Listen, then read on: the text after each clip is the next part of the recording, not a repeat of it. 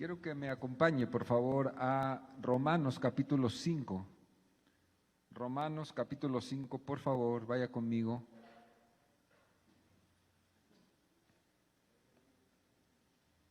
Versículos 1 al 5, vamos a leer Romanos 5, del 1 al 5.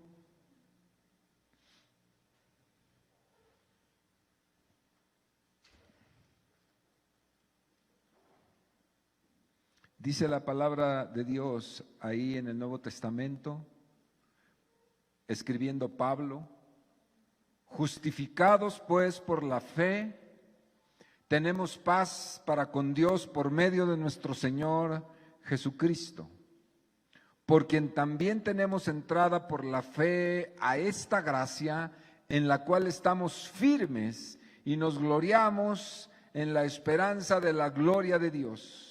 Y no solo esto, sino que también nos gloriamos en las tribulaciones, sabiendo que la tribulación produce paciencia, y la paciencia prueba, y la prueba esperanza. Y la esperanza no avergüenza, porque el amor de Dios ha sido derramado en nuestros corazones por el Espíritu Santo que nos fue dado. Padre, en esta mañana, tu palabra ha sido leída y expuesta en esta mañana a nuestros oídos y a nuestros ojos. Te rogamos, Señor, que lo que tienes para tu iglesia esta mañana, el alimento que tienes para tu iglesia, por tu Espíritu, Señor, sea recibido y sea provechoso, Señor, para la vida de esta tu iglesia. Ayúdame, Señor, como un instrumento de barro, Padre, vertir el mensaje, Señor, sobre la iglesia, para que comamos todos, en el nombre de Jesús. Amén. Amén.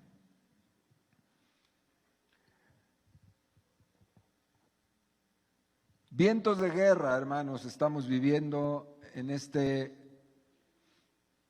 lado del hemisferio del planeta, occidente, nosotros. Una guerra se cierne sobre Europa, y la gran preocupación no es que sea sobre Europa solamente, que ya decirlo es catastrófico,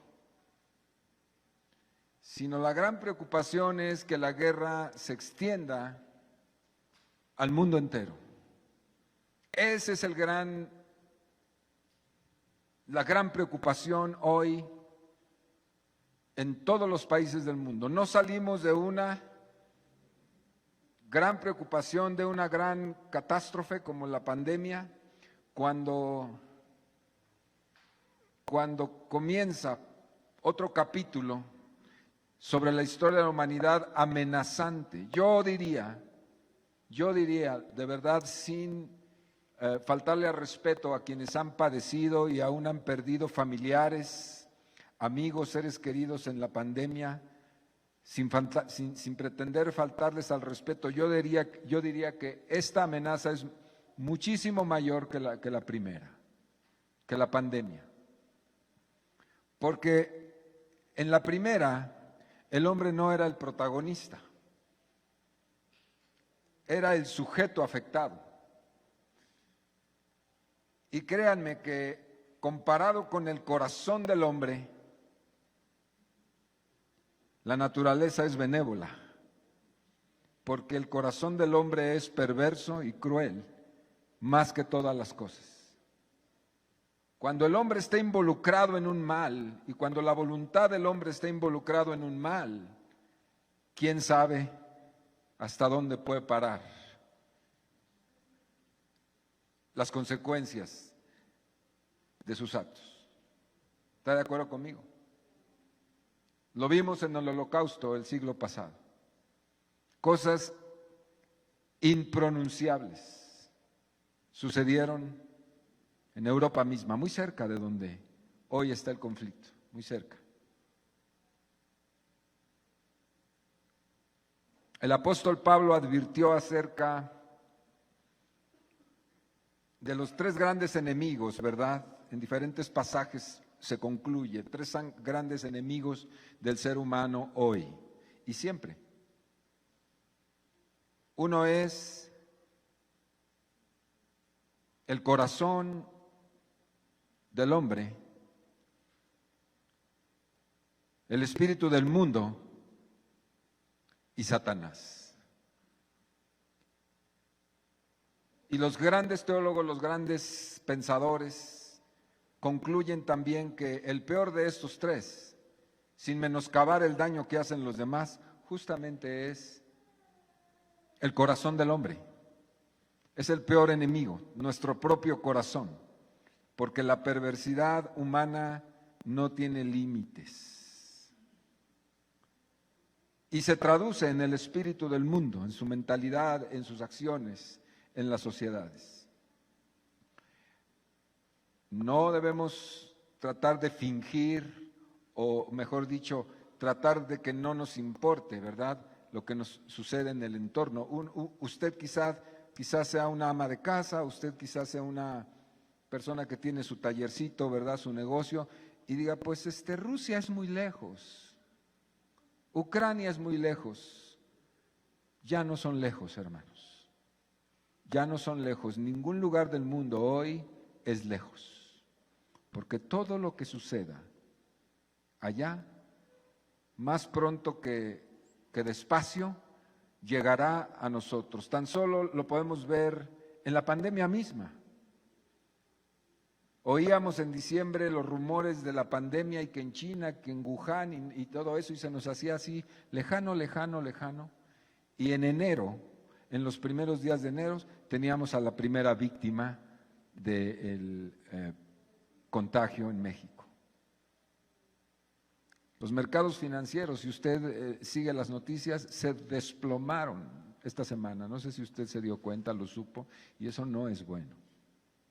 No es bueno. Yo diría que es muy malo, porque eso afecta a la economía directamente. Aunque México ahorita parece ser que se va para arriba económicamente, consecuentemente, ¿verdad?, después de que el petróleo se estabilice, llegó a $90 el precio del barril de petróleo, cuando no subíamos de 40 en una crisis tremenda de más de una década.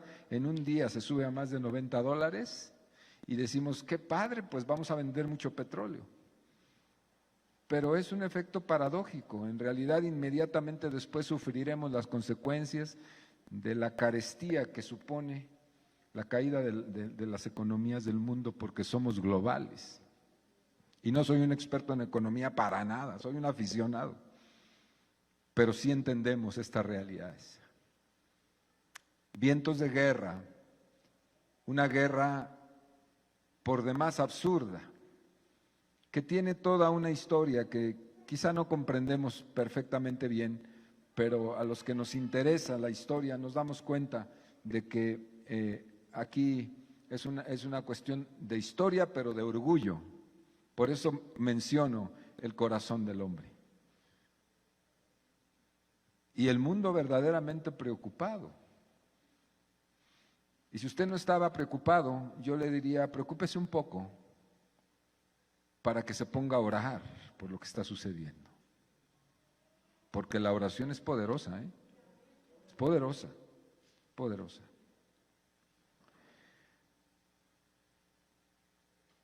El pasaje que acabamos de leer está en un contexto de enseñanza del apóstol Pablo, en donde hace una exposición comparativa entre el antiguo régimen de la ley mosaica, su efecto, su forma de funcionar, sus consecuencias en los seres humanos, en el pueblo judío particularmente, pero también ha expuesto la condición general del ser humano, que es muy interesante en los primeros 5 capítulos de Romanos, donde expone, todos pecaron, no hay justo ni uno solo, tanto los judíos como los no judíos, todos son iguales, el corazón de los hombres es perverso, eso está diciendo. Y todos, él dice, por cuanto todos pecaron, pero Pablo también reconoce que Él es un ser humano, dice, por cuanto todos pecaron, están destituidos de la gloria de Dios. Está exponiendo de una manera magistral esta verdad en Romanos, en su carta. Pero ya a estas alturas de la carta, en el capítulo 5, Él ha hablado acerca de Jesucristo como el justificador, como la alternativa única, indudable, incuestionable. Jesucristo, la justicia de Dios, Él es la justicia de Dios, que es la alternativa a una ley cuya justicia resultó ser perversión.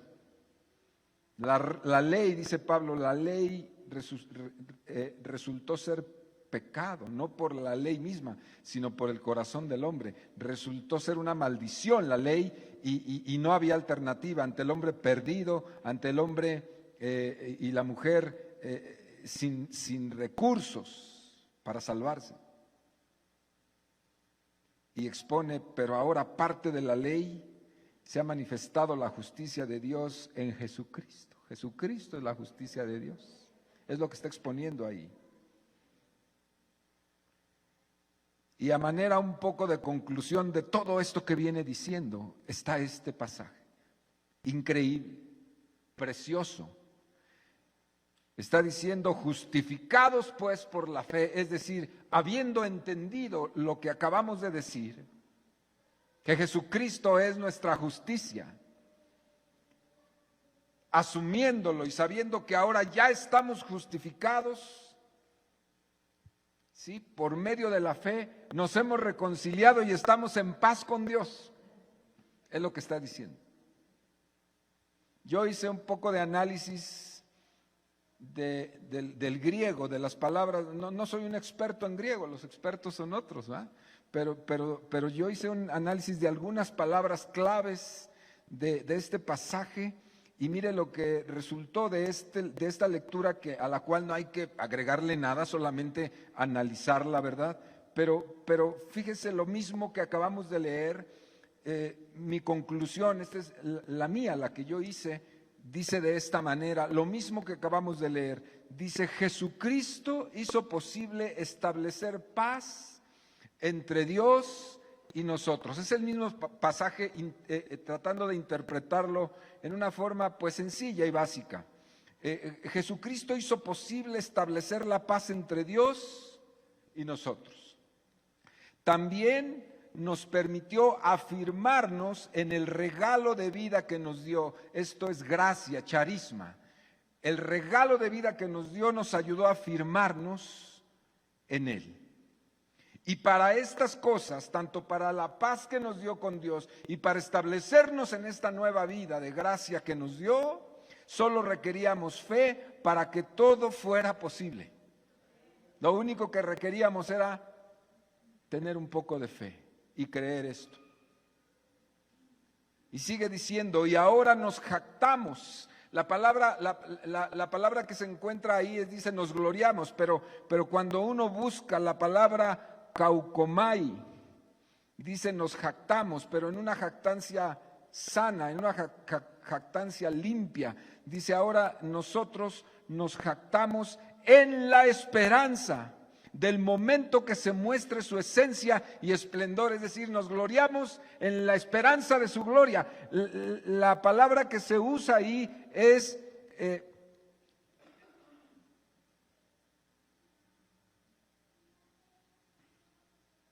doxa, en la esperanza de la doxa, es decir, la manera en que se presenta la esencia y esplendor de Dios, la manera en que se presentará, nos jactamos en la esperanza, es decir, me siento bien, me siento pleno, me siento contento y estoy en toda la seguridad porque estoy esperando. Estoy bajo la esperanza del momento que Dios se manifestará en su esencia como Él lo ha prometido. Vivo en la esperanza de lo que Dios ha prometido. Eso es lo que en algún sentido está diciendo aquí. Cuando Dios exhiba sus atributos, yo estoy esperándolo. Cuando Dios exhiba sus atributos, que es su gloria misma. Y luego más adelante, para terminar los 5 versículos, dice, pero igualmente nos jactamos en las tribulaciones. Parece que cambia el panorama. Dice, de la misma manera en que nos jactamos en la esperanza de que Dios un día se mostrará en todo su esplendor y atributos, de la misma manera, bajo el mismo orden de ideas, nosotros los que somos de Dios, somos capaces también de jactarnos, es decir, de gloriarnos, dice, pero la palabra es una jactancia satisfactoria, positiva. Nos jactamos también en medio de las tribulaciones. Es decir, no nada más como mucha gente, estamos por lo que nos agrada, por lo que consideramos positivo, que si nos va bien aquí estamos presentes, haciendo fila, porque aquí hay cosas buenas, y a ver qué me toca. No, aquí lo que está diciendo, sí, hacemos fila y nos congregamos y nos apelotonamos para recibir lo glorioso de Dios, es cierto, pero también, dice el apóstol Pablo, en las tribulaciones estamos presentes, parados, y nuestra esperanza no se debilita, nuestra fe no se debilita. Es un mensaje precioso que tiene aquí el apóstol Pablo. Lo mismo cuando las cosas están bien y hay bonanza. Lo mismo cuando las cosas nos sonríen, la vida está maravillosa, que cuando no nos sonríe, que cuando hay crisis, que cuando hay tribulaciones. Porque Dios nos ama cuando somos grandes y cuando somos débiles, ¿sí o no? ¿Sí o no? A mí Dios me ama cuando soy grandioso, porque de repente, aunque usted no lo crea, tengo mis momentos de grandeza, que cuando estoy tirado en el piso, en medio de mis fracasos personales, Dios me ama igual.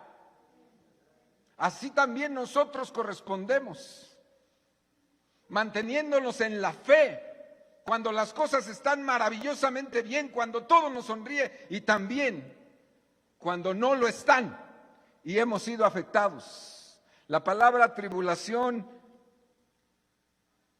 hace alusión a un huracán que ha pasado sobre nuestras vidas y nos ha hecho pedazos. Y ahí nos mantuvimos de pie, firmes. Entonces, digo yo aquí, pero igualmente nos jactamos en las tribulaciones. Escuche, sabiendo que en ellas aprendemos a permanecer bajo disciplina.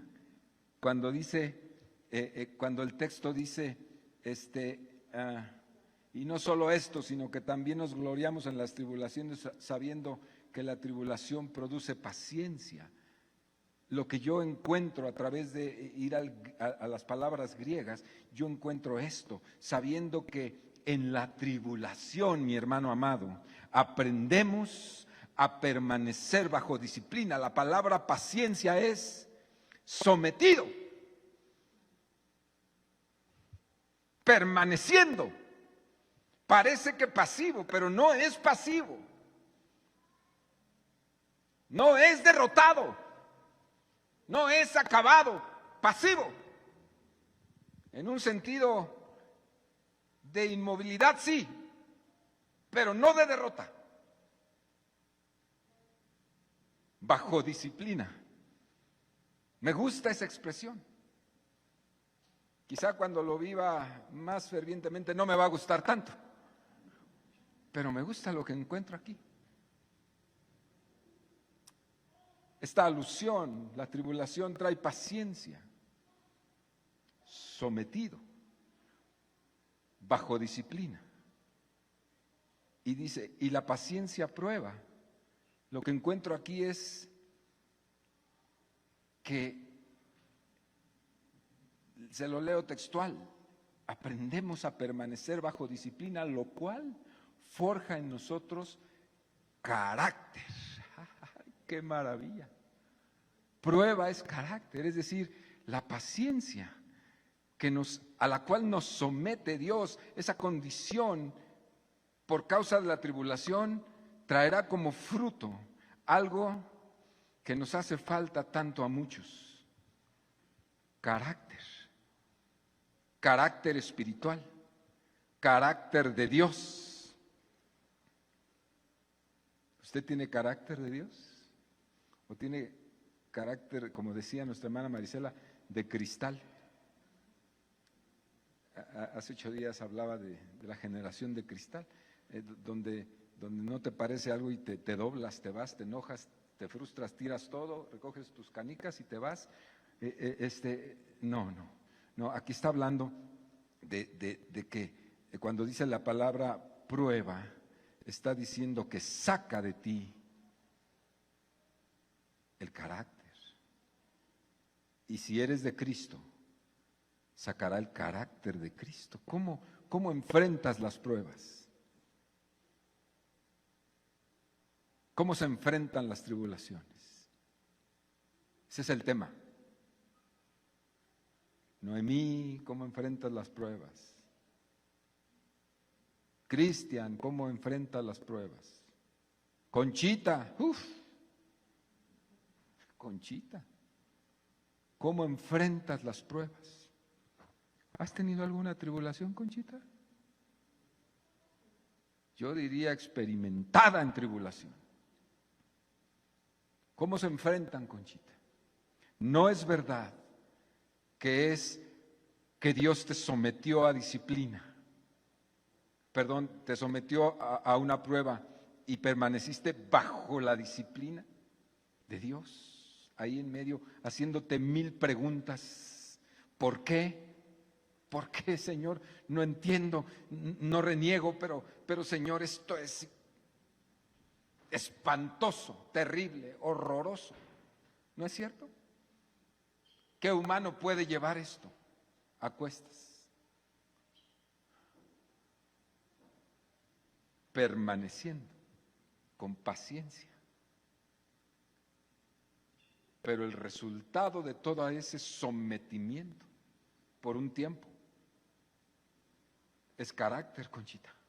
Si la prueba que has pasado y que me consta que has pasado en tu vida no produjo madurez y no produjo en ti carácter de Dios, yo sé que no es cierto, pero si fuera así, perdiste vilmente el tiempo, sufriste para nada, para nada. Y mucha gente pasa así. Le vienen tempestades, les vienen lluvias, les vienen y terrible contra su vida, se levantan y siguen vidas miserables, no aprendieron nada. Renegaron de todo mundo, de Dios, del presidente, de Ucrania, de la pandemia, de quien se deje. A todo mundo le echan la culpa de su desgracia. No permanecieron en paciencia, bajo disciplina del Espíritu de Dios. A todo mundo le echan la culpa de sus desgracias y no hay resultados, no hay madurez, no hay carácter, no hay aprendizaje. Tiene muchas implicaciones. Entonces la paciencia produce prueba. Prueba, ya dije que entonces es la evidencia del carácter. Somos probados. Somos probados. Todos, tarde o temprano, todos somos probados. Y entonces es donde se hace manifiesto lo que realmente somos en Cristo Jesús. Si es que le tenemos, si es que ha derramado sobre nosotros su amor, como dice al final, si es que Cristo nos reconcilió con Dios, no por Él, sino por nosotros, si nos dejamos, si nos hubiéramos dejado que nos reconciliara con Dios y que viviéramos en esta gracia, en esta vida, que es un don gratuito que Dios nos dio, es un regalo, es un charisma que Dios nos dio, dos condiciones que hizo Jesucristo, y entonces los que somos así, entonces somos sometidos también a tribulación, y el resultado de esa tribulación es carácter de Dios, y nos mantenemos firmes en medio del torbellino y del huracán de la vida cuando éste viene. ¿Me estoy explicando? Me interesa mucho esto. Dice entonces que es la manifestación del carácter, o sea, produce carácter. La paciencia produce prueba, lo que quiere decir es saca lo mejor de ti o lo peor. ¿Sí? Y luego más adelante, ya para terminar, dice, todo esto, dice entonces, y la paciencia prueba, y la prueba traerá esperanza. Yendo a la palabra elpis, que es esperanza, te das cuenta en su amplitud que lo que está diciendo que la prueba traída por la paciencia te produce y me produce convicción y confianza de un futuro favorable. Y cuando dice la esperanza no avergüenza, ese futuro favorable no nos defraudará. Aleluya. La paciencia prueba, la prueba esperanza, y la esperanza no avergüenza. Quiere decir que Dios no nos defraudará, Fernando. Aunque lo pareciera, aunque nos dé la impresión, aunque parece que Dios se alejó, aunque parece que Dios no nos mira, aunque creamos que Dios no nos escucha. El carácter de Cristo forjado en medio de la tribulación en nosotros produce un fruto maravilloso, una convicción de un futuro donde ninguno de nosotros que hemos sido redimidos y reconciliados con Dios seremos avergonzados jamás, porque Dios está con nosotros. Ese es el mensaje de este texto. Más adelante dice, porque el amor de Dios ha sido derramado en nuestros corazones por el Espíritu Santo. Todo eso fue porque Dios nos amó y nos bañó de su Espíritu Santo, con su Espíritu Santo, a través de Él nos bañó de amor. La palabra derramados significa no solamente que te baña por fuera del amor de Dios, sino también por dentro. Tiene una implicación así. O sea, nos impregnó de su corazón. Esa fue la obra que el Espíritu Santo, y entonces a esos reconciliados, a esos que se les dio vida por gracia, a esos que el Espíritu Santo los bañó de amor, tienen una expectativa de la vida futura en confianza, favorable, y sabemos perfectamente bien que el Dios que nos amó no nos defraudará. Aleluya. Ese es el mensaje, en un pequeño resumen. Ahora, yo quisiera de todo esto tomar algo que necesitamos en estos tiempos. Tiempos que pueden ser angustiosos, tiempos que pueden ser de temor. Si yo preguntara aquí cuántos de ustedes tienen temor de lo que está pasando, no lo voy a hacer, pero si yo preguntara, probablemente vamos a decir que la mitad levantara la mano y la otra mitad pueda decir, no, yo no. Y yo podría pensar, si me permiten atreverme a decir esto, los que dicen no tengo temor, lo hacen por ignorancia, porque la situación es una situación muy preocupante. Y los que dicen no, yo estoy seguro, probablemente si lo hacen por el Señor, ¿verdad? Es que han entendido la profundidad de esta escritura y de las promesas que Dios ha hecho, que nos mantienen en esperanza. En una esperanza no sin fundamento. Nuestra esperanza no puede ser sin fundamento. Nuestras expectativas no son sin fundamento. Mire, le voy a decir, en el Salmo 7, ¿sí?, encontramos a un hombre viejo. ¿Qué es lo que pone fundamento en nuestro corazón, en nuestras vidas? Solidez, confianza. ¿Qué lo pone? Lo pone el Espíritu de Dios, lo pone Jesucristo y su palabra, pero también lo pone la experiencia de lo que hemos vivido con Dios. Este hombre viejo aquí en el Salmo 7, usted sabe que ese salmo es la oración de un anciano, ¿sí sabe eso? Y mire lo que dice un hombre viejo, mire lo que le dice a Dios. Es un hombre evidentemente de años que está pasando por situaciones dificilísimas y ora y dice: Señor, en ti me he refugiado para no ser avergonzado jamás. Socórreme y líbrame en tu justicia. Inclina tu oído y sálvame.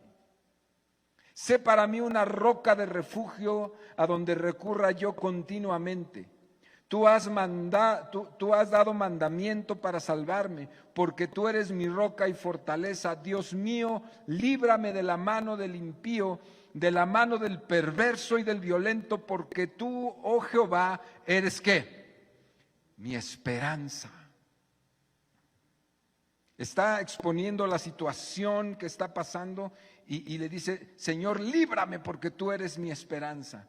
Eres mi seguridad desde mi juventud. Es decir, hay una experiencia en este hombre de lo que Dios ha sido en su vida. Por eso recurre a Dios haciendo esta oración gloriosa diciendo: Señor, de la manera en que has sido grande en mi pasado, de la manera en que me has protegido, Señor, de la manera en que me has guardado en aquellos momentos de crisis, de tribulación difíciles, de angustia, de la manera bajo esa experiencia de lo que has sido tú en el pasado conmigo.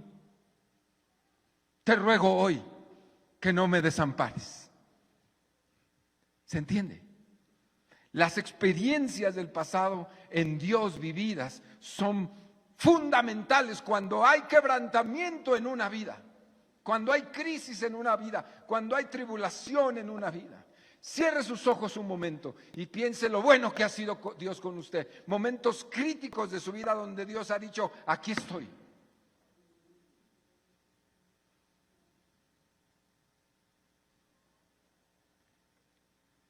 El autor de Romanos, en el capítulo 10, dice: trae a la memoria a una iglesia decaída, a una iglesia atacada, a una iglesia en crisis, bajo ataque, bajo amenaza todo el tiempo. Iglesias que estaban siendo avasalladas con muertos, mataban a sus miembros por ser creyentes. Y viene el Espíritu de Dios y le habla a través de la carta a los hebreos a estos hermanos judíos, ¿verdad? Y les dice: no se desanimen, sé lo que están pasando. Capítulo 10 dice: traigan a la memoria aquellos días cuando el Señor los salvó, cuando fueron iluminados, cuando padecieron cantidades de oprobios. Ustedes fueron perseguidos y fueron injuriados, y en medio de eso ustedes seguían adelante teniendo por gran gozo servir a su Señor y creer en Él. Traigan a la memoria esos tiempos, y no solo ustedes, sino todos sus compañeros que padecieron grandes tribulaciones. Anímense en el Señor, no retrocedan, les dice, no retrocedan, no se debiliten. Caminen en la esperanza y caminen en la fe. Porque si retroceden, no agradarán al Señor, dice: no agradará mi alma el que retrocede. Por dura que esté la refriega, no retrocedas, porque no agradarás a Dios. ¿Se le hace familiar? ¿Se le hace familiar esto? ¿Cuántas veces nosotros hemos estado en momentos tan críticos de nuestra vida y decimos, no, yo ya no? No, está re duro vivir eso que ahí Dios pide, ahí en la Biblia. Sí, ya vi que Dios lo pide, pero no, yo no. Yo mejor me rindo, yo me voy. Voy a ver si me encuentro un Dios más amable, más adaptado a mis necesidades o a lo que yo quiero que sea. Un Dios a mi medida. No hay Dios a nuestra medida, para hacerlo como nosotros queremos. No, Dios es Dios. Y Él tiene su propia medida, es inmensamente grande. Y aquí la cosa es al revés, nosotros tenemos que hacernos a la medida de Dios. Claro que las tribulaciones, claro que los momentos de angustia te debilitan, te hacen trizas, te ponen en el suelo, te hacen añicos. Y en ese momento todo lo que sabías se hace nada, se hace humo ante el dolor, ante la desolación. Nada tiene significado. Por un momento. Aquí está este hombre pidiéndole a Dios, Señor, el Dios que fuiste en el pasado, lo necesito hoy conmigo. Ayúdame. Desde mi juventud has sido mi esperanza. Me encanta eso. Desde mi juventud. En ti he sido sustentado, fíjate nada más, ¿qué dice? ¿Desde cuándo? Desde que iba yo en la primaria. ¿Sí? ¿Sí o no? Dígalo sin miedo. Desde que entré a primero de primaria, ¿sí o no? No. ¿Está conmigo o qué onda? ¿Desde cuándo? 71. Yo dije el Salmo, ¿qué? El 7, pues por eso. Regáñeme usted entonces a mí. Hermano, está usted mal, nos dio una cita mal, Salmo 71. Pues con razón los veo así como que la cadena, como cuando la bicicleta le vas dando bien duro y la cadena se zafó y no jala la bicicleta, ¿no? ¿Ahora sí? Perdónenme, pido perdón. Yo casi regañándolo y bueno, ya estamos ahí. Versículo 5, vamos al 5, ahí, ahora sí. Porque tú, oh Señor Jehová, ¿eres qué? Ahora sí. Mi seguridad desde mi juventud, en ti he sido sustentado ¿desde cuándo? Desde el vientre. ¿Dónde está la embarazada? No, ya la embarazada ya no existe. A menos que haya otra por ahí, no sé. Pero nuestra embarazada ya dio a luz. Y es una hermosa niña. Y se llama Ivana, Fernanda. A ver, ponte de pie, Fernandito, por favor, un momento. ¿Saben por qué se llama Fernanda? ¿Por qué creen? Por el tío. Mandamos nuestras felicitaciones a César y a Rubí, que son papás, ya. Pues si usted no lo sabía, pues ya lo sabe, ya lo chismorré aquí. Desde el vientre, hermano. Dios no me oye, pastor. Oro y no me oye. No está conmigo, estoy tan enferma, pastor. Dios te oye. ¿Sabes desde cuándo te oye? Desde que eras un embrión y tu corazón comenzó a latir. A las pocas semanas, Dios comenzó a oírte. El corazón, igual que a mí. Es maravilloso. Héctor, ¿verdad que es maravilloso cuando uno estudia embriología? Aquí está el doctor Héctor. Maravilloso. A las pocas semanas, a las 3 semanas, ahí me está informando Héctor, a las 3 semanas, 21 días. ¿Qué hizo hace 21 días? ¿Quién sabe? 3 semanas de la concepción, a las 3 semanas, el corazón empieza pum, pum, pum, pum, pum. Y Dios comienza a oír y dice, ya empezó a latir el corazón de Debbie. Aleluyita. Por eso el salmista dice, Señor, tú me escuchas. Fíjese, ellos no sabían medicina, pero ellos sí sabían que Dios escucha lo que somos y lo que decimos y lo que sentimos, aún desde el vientre de nuestras madres. ¿Lo puede usted entender? Es un poco complicado entenderlo. Qué expresión tan hermosa, desde el vientre, desde las entrañas de mi madre, tú fuiste el que me sacó. Tú me sacaste de las entrañas de mi madre. ¿Por qué nacen los niños? Pues porque el útero los expulsa. Con médico y sin médico los expulsa, ¿sí o no? Nacen a pesar del médico y de la enfermera y de la partera. El niño nace, punto. Dice, tú me extrajiste del vientre de mi madre, tú me hiciste nacer, ya sabías de mí, ¿no? Ahí está Dios presente, presente, presente. Está hablando un anciano, ¿sí? De ti será siempre mi alabanza.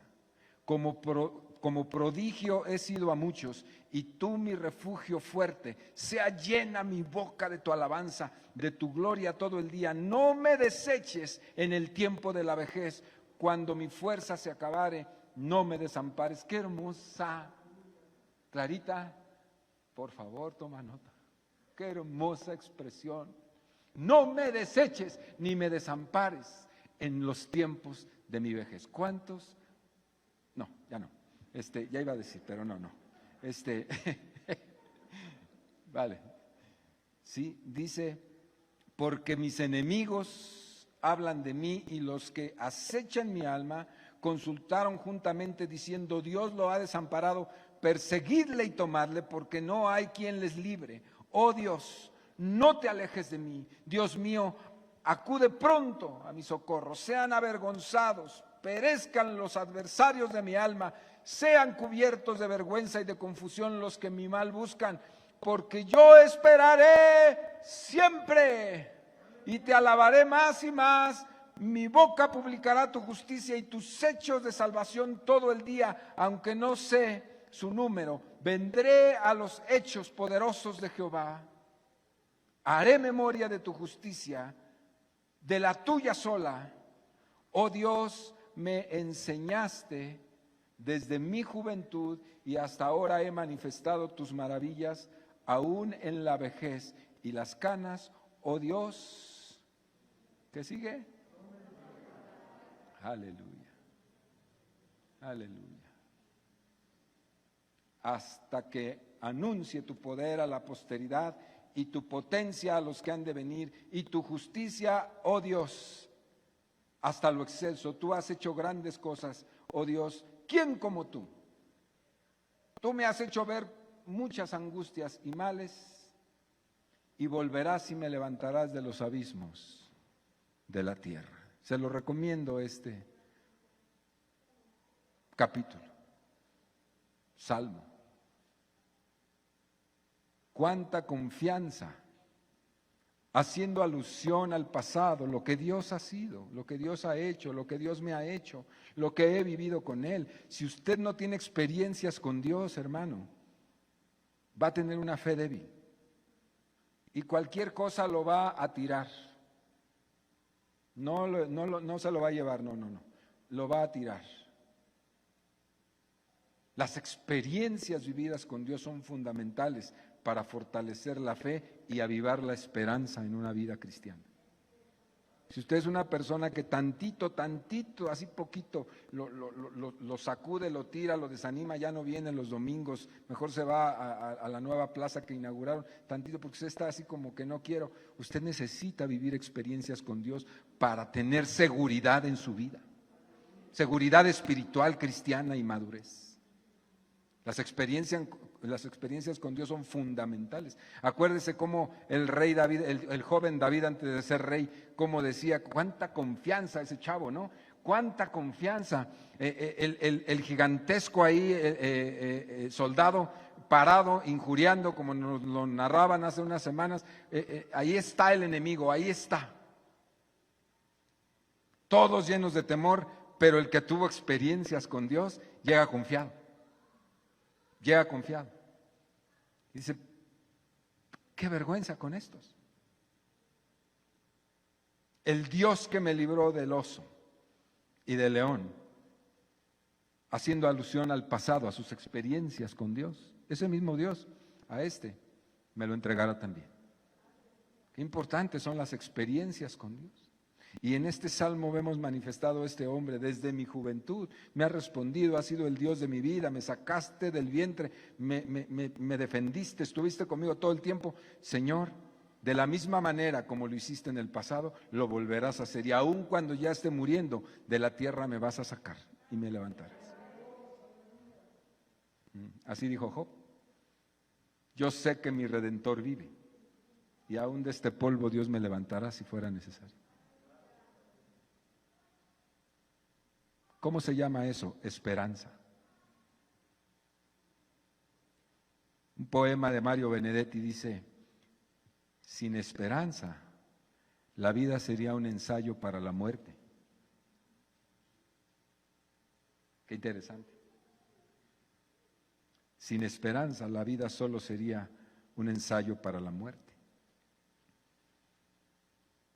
Y la esperanza que Dios da por su Espíritu, que es distinta a la que tiene la gente. Toda la gente tiene esperanza, pero la que Dios da es sublime, es suprema, reanima, te levanta, te pone de pie en medio de la tribulación, en medio del dolor, en medio de la angustia, en medio de la depresión, en medio de la soledad, en medio del desierto, donde no hay nada, donde ya no hay nada que perseguir. Ahí viene el Espíritu de Dios y te apuntala y te levanta, porque la obra del Espíritu es así, sobrenatural sobre una vida que ha sido devastada.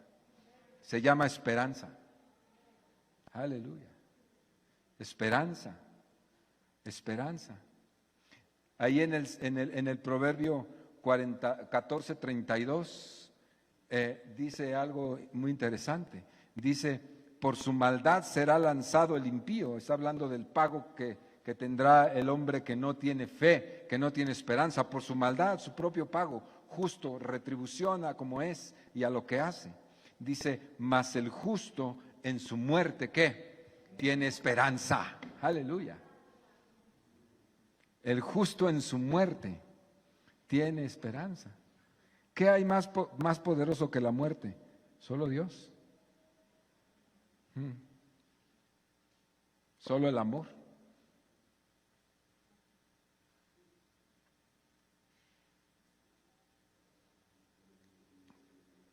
Solo el amor de Dios. En una expresión poética decían, ponme como un sello sobre tu corazón, como una marca sobre tu brazo, porque fuerte es como la muerte, el amor. Es decir, la muerte es poderosa, pero Dios es infinitamente más poderoso que la muerte. Y si Dios es más poderoso que la muerte, por sobre la muerte tenemos esperanza. Gloria a Dios. ¿Por qué estoy hablando de este tema? Porque en los próximos tiempos la humanidad tendrá que fortalecer su esperanza, o morirá, o enloquecerá. Y si alguien debe tener esperanza, somos los de Dios, somos los de Cristo. Somos los de Cristo. Si alguien debemos estar fincado, sin esperanza no hay nada. El sustento fundamental de la esperanza es la fe. Sin eso no hay nada. Usted está aquí porque tiene esperanza. Quizá usted no tiene muchos motivos como para estar aquí, no tiene alicientes para su vida. Usted dice, pues no me ha ido tan bien, es más, me ha ido súper mal, yo no sé qué está pasando en mi vida, parezco así como me ha ido. Ok, pero usted está aquí por una razón. porque tiene esperanza. Nada más. Nada más. Si se le acaba la esperanza, se acabó la vida. Qué fuerte lo que acabo de decir. Se acaba la esperanza, Fernando, se acabó la vida. Ni religión, ni rezos, ni oraciones, ni nada. Se acaba la esperanza, se acaba la vida. Pero gracias a Dios que tenemos esperanza, que tenemos la expectativa de un futuro en Cristo, un futuro glorioso y un futuro prometedor, no defraudados, como dice la esperanza no avergüenza. Dios no nos avergonzará, Dios no nos defraudará. Nuestra esperanza es viva porque está en Él y Dios sabe que tenemos esperanza puesta en Él y no nos defraudará.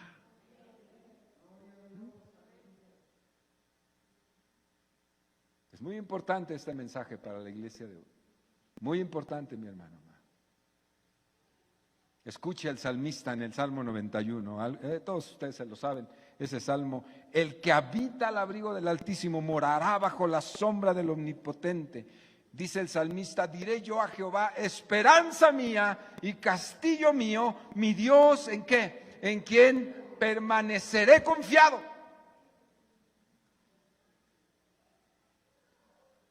En quien esperaré bajo disciplina. En medio de la tribulación, esperaré, confiaré. Él te librará del lazo del cazador, de la peste destructora, con sus plumas te cubrirá, debajo de sus alas estarás seguro. Escudo y adarga es su verdad. No temerás del terror nocturno, ni saeta que vuele de día, ni pestilencia que ande en oscuridad, ni mortandad que en medio del día destruya. Caerán a tu lado 1000 y 10,000 a tu diestra, mas a ti no llegará. Ciertamente con tus ojos mirarás y verás la recompensa de los impíos, porque has puesto a Jehová, que es mi esperanza, al Altísimo por tu habitación. Aleluya. Hermoso, hermoso, hermoso. Oraciones de confianza, oraciones de esperanza, oraciones de fe. Le decía al pueblo de Israel por labios de Joel, el Señor, el Espíritu le decía a Israel: Jehová rugirá desde Sión. Después de haberlos exhortado a despertarse, a clamar a Dios, a arrepentirse por su gran pecado que les había sobrevenido y toda la amenaza que había venido sobre ellos, y estaban en una situación con una expectativa espantosa, llenos de temor, ya sin aliciente, mejor mátenos, casi, casi. Y entonces se levanta el profeta Joel y le dice: no, ustedes que se embriagan en vino, despiértense. Dios todavía tiene esperanza para ustedes. En Él hay esperanza. Dios tiene cosas gloriosas. Y les comienza a narrar ahí en el capítulo 2 y en el capítulo 3. Les comienza a decir todo lo que Dios hará a favor de su pueblo. Y termina diciendo: Jehová rugirá desde Sión y dará voz desde Jerusalén, y temblarán los cielos y temblará la tierra, porque Jehová será la esperanza de su pueblo. Vean lo que vean, venga lo que venga, yo he puesto al Altísimo como mi esperanza y como mi habitación. Ese es lo que hay dentro de mí, lo que el Espíritu Santo me ha dado. Tengo esperanza. Me pueden matar físicamente, pero no pueden matar mi esperanza en Dios.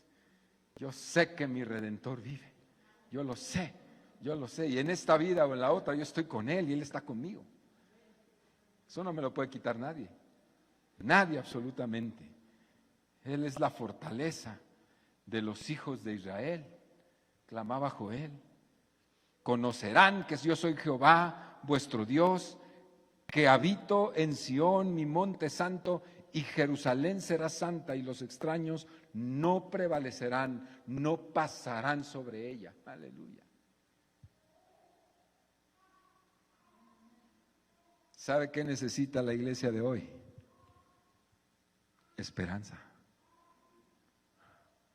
Porque la ha perdido. ¿Sí se ha dado cuenta de eso? ¿Sabe por qué la gente deserta de las iglesias?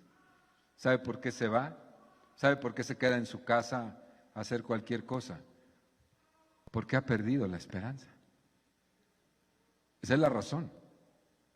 No cree que Dios contesta, no cree que Dios es, no cree que Dios está, no lo cree.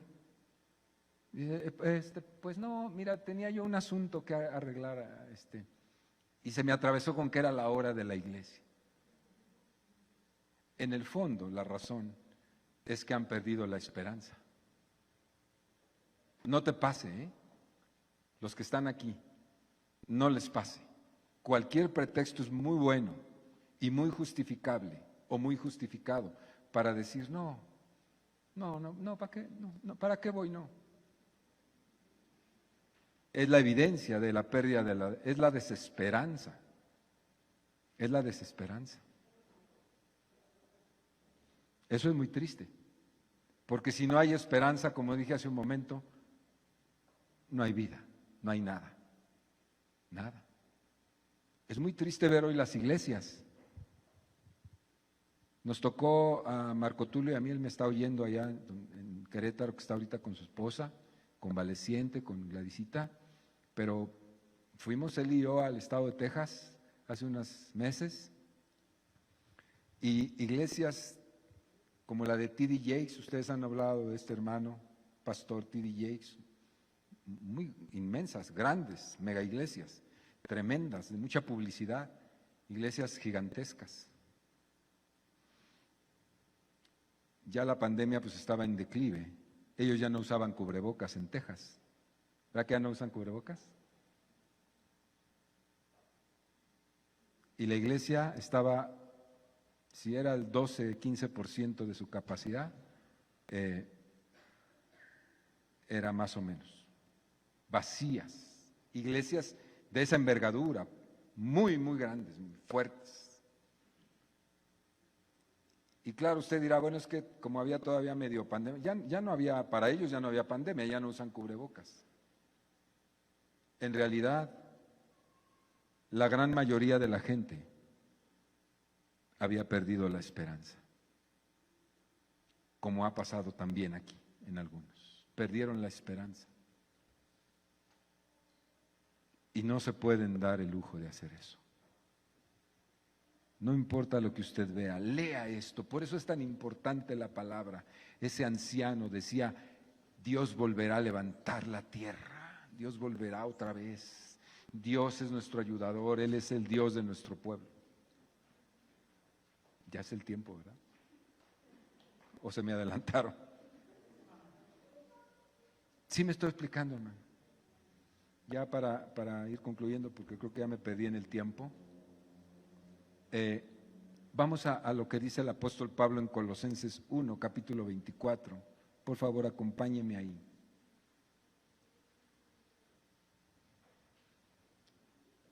Colosenses 1, 24.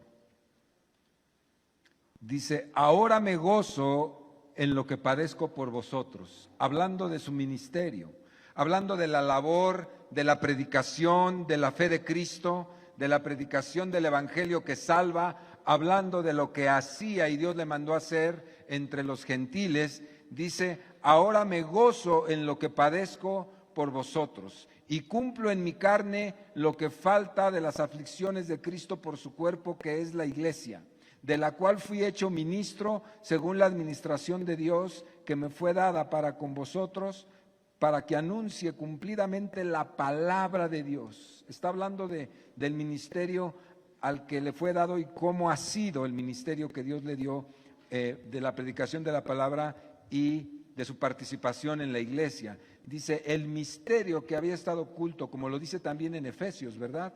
Había estado oculto desde los siglos y edades, pero que ahora ha sido manifestado a sus santos, a quienes Dios quiso dar a conocer las riquezas de la gloria de este misterio entre los gentiles, que es Cristo en vosotros, la esperanza de gloria. Aleluya. Cristo en vosotros es la esperanza de gloria, a quien anunciamos amonestando a todo hombre. ¿Quién es nuestra esperanza? Cristo. Si usted perdió la esperanza, si usted ya no cree, si usted ya se ha vuelto escéptico, si usted ya dice, sí, pastor, pero no, yo, así como que de lejos. Si usted está en esa situación, tenga mucho cuidado. Perdió la esperanza. Y si perdió la esperanza, está perdiendo a Cristo, porque Cristo es nuestra esperanza de gloria. Cuidado. Y si usted pierde a Cristo, hermano, si yo pierdo a Cristo, lo hemos perdido todo. Avive el fuego que hay en su corazón. Avive el fuego de la esperanza en Dios. Avívelo. No lo pierda, por favor. Si usted se siente débil, si usted se siente como que ya no es lo mismo, avívelo. Venga a la palabra, ayune, ore, busque a Dios, hable en lenguas si tiene lenguas, vuélvase al fervor y al calor de la vida de Dios en usted. No negamos que hay razones hay 1000 razones para deprimirse. Hay 1000 razones para llenarse de ansiedad, hay 1000 razones para desanimarse, hay 1000 cosas que le pueden a usted afectar y a mí también, pero cuando entendemos que esas razones nos han afectado y nos están debilitando y nos están haciendo un poco indiferentes y como que ya no tenemos ese fervor, prenda las alarmas de su vida, porque usted necesita volver a Cristo con fervor a través de la oración, a través del ayuno, a través de la búsqueda incesante de Dios. En su palabra, en la lectura, en la comunión con los santos. No pierda la esperanza, hermano. Vuélvase a Cristo. Porque si pierde la esperanza, pierde a Cristo, lo pierde todo. Y si su vida iba a ser catastrófica, y Cristo la salvó y la trajo a ser una vida ordenada y de Dios, esa catástrofe habrá de cumplirse si usted pierde a Cristo. Pase lo que pase, mi hermano, usted y yo somos de Cristo. Póngase de pie, por favor.